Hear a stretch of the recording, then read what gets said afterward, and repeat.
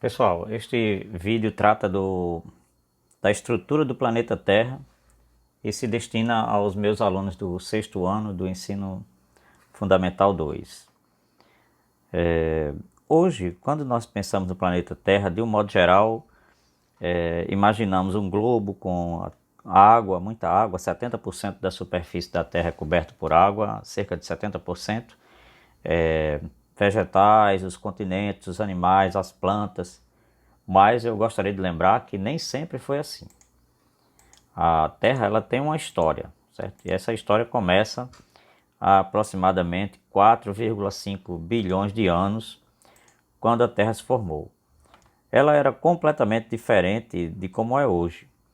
A Terra era uma espécie de bola incandescente formada por rochas derretidas. E naturalmente que nessas condições não poderia haver plantas, animais, vegetais, seres vivos, nem a atmosfera ou mesmo oceanos, rios, que isso aí será assunto de nossas próximas aulas. Com o passar do tempo, a superfície da Terra começou a esfriar e começou a surgir as primeiras rochas. Era um período de intenso vulcanismo, atividade vulcânica, muitos meteoros, cometas caíam sobre o planeta Terra. E progressivamente ela foi esfriando, foi formando a crosta terrestre, né? Na verdade, eu não diria que a Terra foi esfriando, mas a superfície da Terra foi esfriando e formando as primeiras rochas sobre as quais vai começar depois a surgir os oceanos e a própria vida vai se instalar. Estrutura do planeta Terra. O cientista, ele não pensa, quando ele pensa na Terra, ele não pensa exatamente como um todo, um planeta completo, um globo, não. Ele pensa que essa Terra é dividida em camadas. Então tem camadas desde a parte mais externa à parte mais interna do globo. Essa parte sobre a qual nós estamos pisando é chamada de crosta terrestre. Então aqui é onde nós vivemos, né? Apesar de que nós vivemos dentro de uma camada de ar, mas pisando na crosta terrestre. Abaixo da crosta nós temos o manto. O manto é essa região aqui, olha, de rocha, formado por rocha derretida.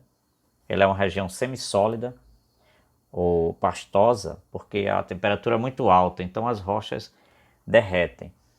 E logo abaixo do manto, né, que vem o manto compreende uma região entre a crosta e o núcleo. Esse núcleo é dividido também em duas partes. Eu tenho uma parte mais externa, chamada de núcleo externo. É uma região líquida, por causa da temperatura muito alta. E tenho um núcleo interno, sólido, certo? E por fora, né, ao redor, melhor dizendo, do planeta Terra, eu tenho uma camada de ar. Essa camada é uma camada invisível, mas ela está aí e nós estamos mergulhados nela. Essa parte líquida que forma os mares, rios e lagos, inclusive as águas subterrâneas, o lençol freático, vai ser chamado de hidrosfera. Hidros quer dizer água e esfera significa camada. Portanto, a camada de água é a hidrosfera.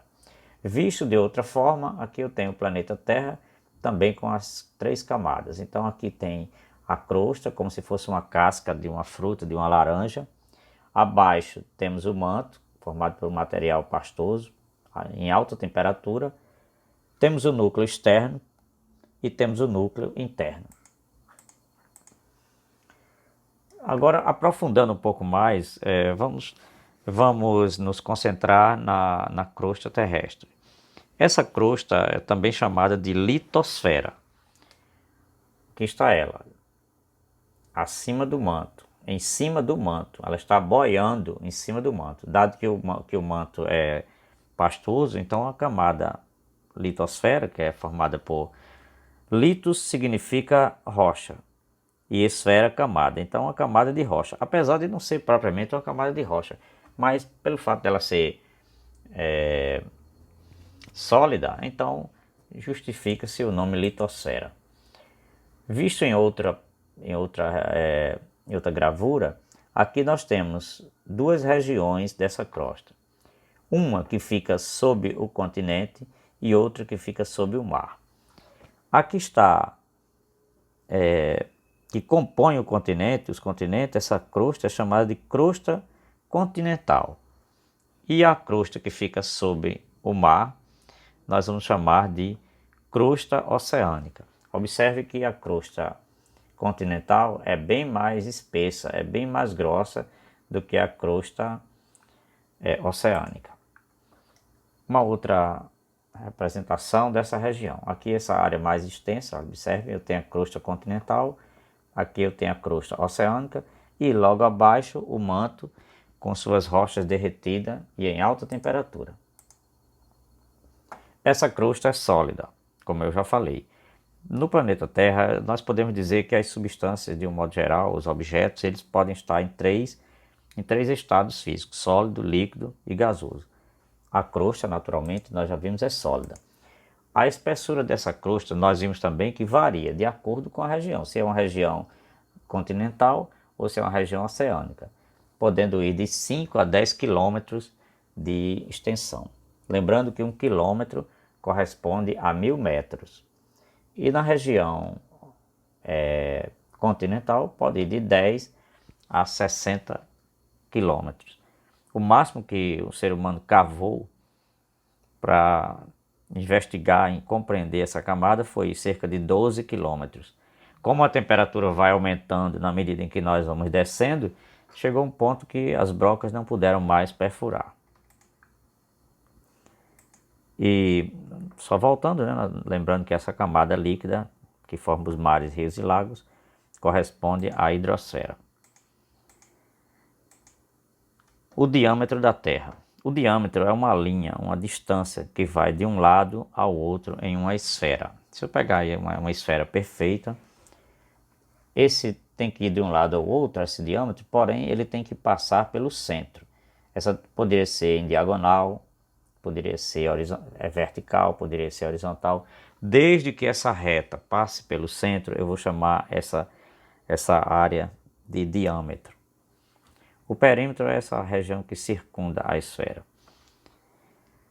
Então a Terra tem o diâmetro equatorial e tem o diâmetro polar. O diâmetro equatorial é maior do que o diâmetro polar. Observe que o equatorial tem 12,756 quilômetros, ao passo que o diâmetro polar tem 12.714 quilômetros. Portanto, é um pouco menor. E é por isso que nós dizemos que a Terra é ligeiramente achatada nos polos. E quando nós observamos o diâmetro, nós percebemos que o diâmetro polar é menor. Para ter uma ideia se isso é grande ou pequeno, esse diâmetro, eu coloquei aqui uma imagem da Terra próxima à Lua. Enquanto a Terra tem 12.000, a Lua tem 3.000 quilômetros de diâmetro. A crosta também é chamada de litosfera, né, como nós já vimos aí. Litos significa rocha e esfera significa camada. Esse slide ele ressalta a diferença de espessura da crosta continental para a crosta oceânica. Embaixo aqui nós temos o manto, não é isso? O manto. Placa oceânica, placa continental. Essa crosta terrestre ela não é como uma casca de uma laranja propriamente dita. Ela é dividida em partes, é como se ela fosse quebrada, fragmentada. Cada pedaço da crosta nós damos o nome de placa, no plural, né, placas tectônicas. Então observa aqui, olha, eu tenho uma placa aqui e tenho outra placa aqui. Então essas placas, elas formam, o seu conjunto das placas formam a crosta terrestre. O que levou essas placas a se fragmentarem ou se quebrarem? Essas placas, nós sabemos, a crosta ela está boiando em cima do manto. O manto, nós sabemos que ela está em alta temperatura e as rochas que formam esse manto, elas estão derretidas. Porém, essas rochas derretidas, elas não estão paradas, elas estão em movimento. Esse movimento faz com que as placas se movimentem também. E nesse movimento elas podem se quebrar, se fragmentar e formar as placas tectônicas. Então isso foi o que fragmentou as placas, foi esse movimento do manto sob as placas. Nessa imagem eu posso ver uma das consequências desse movimento das placas. No começo só havia um continente. Se eu voltar no tempo a 225 milhões de anos, existia um único continente, chamado Pangeia. Com o passar do tempo, os continentes, esse grande continente Pangeia começou a se dividir. E os continentes atuais começam a ganhar forma. E eles continuam a se separar. Até que tem aqui já o Oceano Atlântico, olha, o mar invadiu esse espaço que surgiu, né? E começa o mundo ficar mais parecido com o atual, que é o caso aqui desse outro mapa, né? Com o mundo presente, atual. Aqui eu tenho uma representação das várias placas. Existem mais placas do que essas, mas por enquanto a gente vai ficar com essas aqui. Observa que a placa da América do Sul, aqui está o Brasil. Essa placa fica separada da África por uma rachadura aqui no meio, entre o oceano, no meio do oceano, entre a América do Sul e a África. Observe que a costa do Brasil ela se encaixa na costa da África.